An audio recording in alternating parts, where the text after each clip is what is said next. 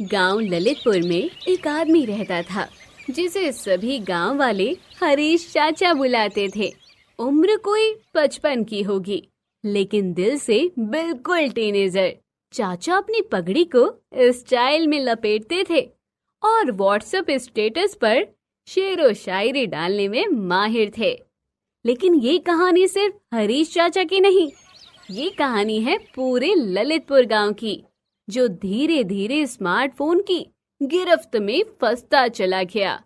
ये रील देख और अच्छे से चारा खा। अरे अरे बिमला, ये भैंस को मोबाइल में क्या दिखा रही हो? मैंने एक रील देखी थी जिसमें ये गाना भैंस को सुनाने से भैंस ज्यादा दूध देने लग जाती है। आज तक मैंने बस सुना था, आज देख भी लिया कि भैंस के आगे बीन बजाना किसे कहते हैं।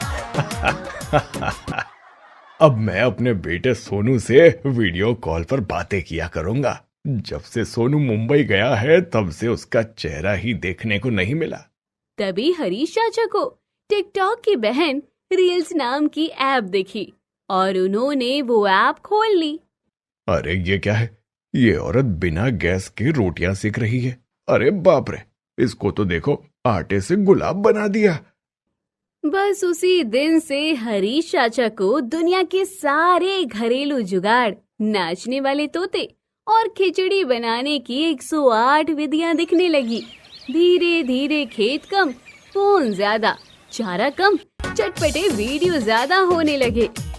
सुबह की शुरुआत पूजा से नहीं बल्कि स्क्रीन रिकॉर्डिंग से होने लगी। चाचा ने अपने पुराने ट्रांजिस्टर की जगह अब ब्लूटूथ स्पीकर रख लिया था। कुछ ही हफ्तों में पूरा ललितपुर गांव बदल गया। पंडित रघुनंदन जी अब पूजा के पहले यूट्यूब से मंत्र चेक करते। बबलू हलवाई अब जलेबी नहीं, जलेबी डांस चैलेंज करता था। गायें भी हैरान थी कि अब उन्हें कोई पुचकारता नहीं, सिर्फ कैमरा लेकर वीडियो बनाता है। गाय दूध देती है या व्यूज? ए मेरी रानी, थोड़ा मुंह ऊपर कर, रील्स में एंगल अच्छा आएगा। भैया रात में कोई भूत दिखे तो लाइव कर देना, व्यूज आएंगे। बच्चों ने अब पतंग उड़ाना छोड़ फ्लाइंग पेपर चैलेंज शुरू कर दिया। गांव के नाई रामू ने हेयर कट इन 10 सेकेंड नाम से चैनल खोल लिया। हरीश चाचा के घर में भी अब 3 सदस्य थे। हरीश चाचा, उनकी पत्नी चमेली देवी और उनका स्मार्टफोन राजू। हम पानी ले आए क्या? बस 1 मिनट रुको, मैं राजू का कैमरा ऑन करके रखता हूँ, फिर तुम आना, एक अच्छी सी रील बन जाएगी। अब तो हम पहले ही पानी ला चुके हैं, ये लीजिए। अरे अरे, ये तुम कैसे पानी ले आई? ये रील देखो, इसमें पानी सही से लाने का तरीका बताया गया है। अजी, अब रोटियां भी मैं बेलूं या राजू? अभी मत बेलो, लास्ट रील रह गई है, बुजुर्गों का बेली डांस। धीरे धीरे घर की रोटियां जलने लगी और चाय बिना दूध के बनने लगी। कपड़े सुखाने की जगह अब रील शूट करने के लिए बैकग्राउंड बनाई जाती थी। अब घर में अलग अलग कोनों को रील जोन, डायलॉग जोन और थंबनेल जोन में बांटा गया था। गांव के स्कूल में मास्टर जी के पास कोई बच्चा होमवर्क नहीं लाता। गुड्डू, होमवर्क कहाँ है?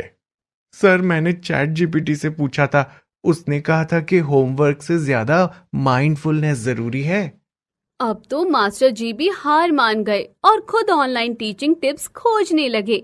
गुड्डू की मम्मी भी अब बच्चों को कहानी नहीं सुनाती बल्कि उन्हें रील्स की दुनिया में खो जाने को कहती। शाम को सब बच्चे डांस चैलेंज में व्यस्त होते और किताबें धूल खा रही थी। अरे हरीश, ये तुमने अपनी दुकान का नाम बदलकर हरीश टी स्टॉल से हरीश व्लॉग्स क्यों रख दिया? अरे शांतिलाल, आजकल समय बहुत आगे निकल गया है। अब लोग व्लॉग्स देखने आते हैं तो साथ में बैठकर चाय भी पी लेते हैं, पर चर्चा बस हमारे व्लॉग्स की ही चलती है। गांव वाले अब चाय पीने नहीं, रील्स में शामिल होने आते हैं। कैसे उबाले चाय जिससे सास बोले वाह बेटा। भाई, रील्स में मेरा फेस कट गया, दोबारा शूट कर, मैं रील स्टार बनना चाहता हूँ। अब तो चाय भी टाइम के हिसाब से नहीं, कैमरे के मूड से बनती। नई रेसिपी के नाम पर अब झक्कास अदरक वाली चाय विद स्लो मोशन जैसे वीडियो बनते। हरीश चाचा का भतीजा टिंकू अब शादी की उम्र में था। रिश्ते आते तो थे, पर जैसे ही लड़की वाले पूछते, बेटा कुछ करते हो? जी रील्स बनाता हूँ, मेरे 200 फॉलोअर्स हैं। रिश्ता कैंसिल, हम अपनी बेटी किसी रील बनाने वाले के हवाले नहीं करेंगे। अब तो लगता है बहू नहीं कोई ट्रेंडिंग साउंड ही घर में आएगा। हम अपनी बेटी को इंस्टाग्राम के हवाले नहीं करेंगे। एक दिन गांव में 3 दिन तक बिजली नहीं आई। ना नेट, ना मोबाइल, ना रील्स। सबका चेहरा ऐसे उतर गया जैसे कोई सैड मूवी देख के आया हो। गांव का नेटवर्क भी जैसे नींद पर चला गया हो। अरे जी, ये लो बेलन, अब रोटियां मैं नहीं आप बेलिए। बेलन नहीं, इंस्टाग्राम बेलन चैलेंज। फिर दोनों ठहाका लगाकर हंस पड़े। हंसी असली थी, रील्स वाली नहीं। 3 दिन में गांव के बच्चों ने फिर से गिल्ली डंडा निकाला, बुजुर्गों ने चौपाल जमाई और भैंसों ने चैन की सांस ली। कोई रील्स नहीं, कोई फिल्टर नहीं। लोग फिर से एक दूसरे की आंखों में आंखें डालकर बातें करने लगे। सरपंच जी ने सभी को पंचायत में बुलाया। भाइयों बहनों, हम सब डिजिटल बन गए हैं, पर इंसान रहना भूल गए। खेत सूख रहे हैं और हम फिल्टर ढूंढ रहे हैं। हमारी आत्मा वायरल हो गई है। सभी ने सिर झुका लिया। तय हुआ, दिन में सिर्फ 2 घंटे नेट ऑन रहेगा। बच्चों को ऑनलाइन गेम नहीं, असली गिल्ली डंडा मिलेगा। और शाम की चाय सब मिलकर गांव की चौपाल में पिएंगे। हर रविवार को नो रील्स डे मनाया जाएगा।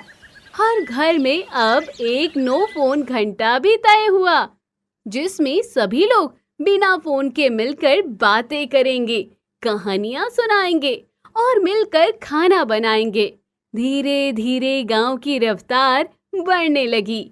हरीश चाचा अब दिन में रील कम, खेत में ज्यादा दिखने लगे।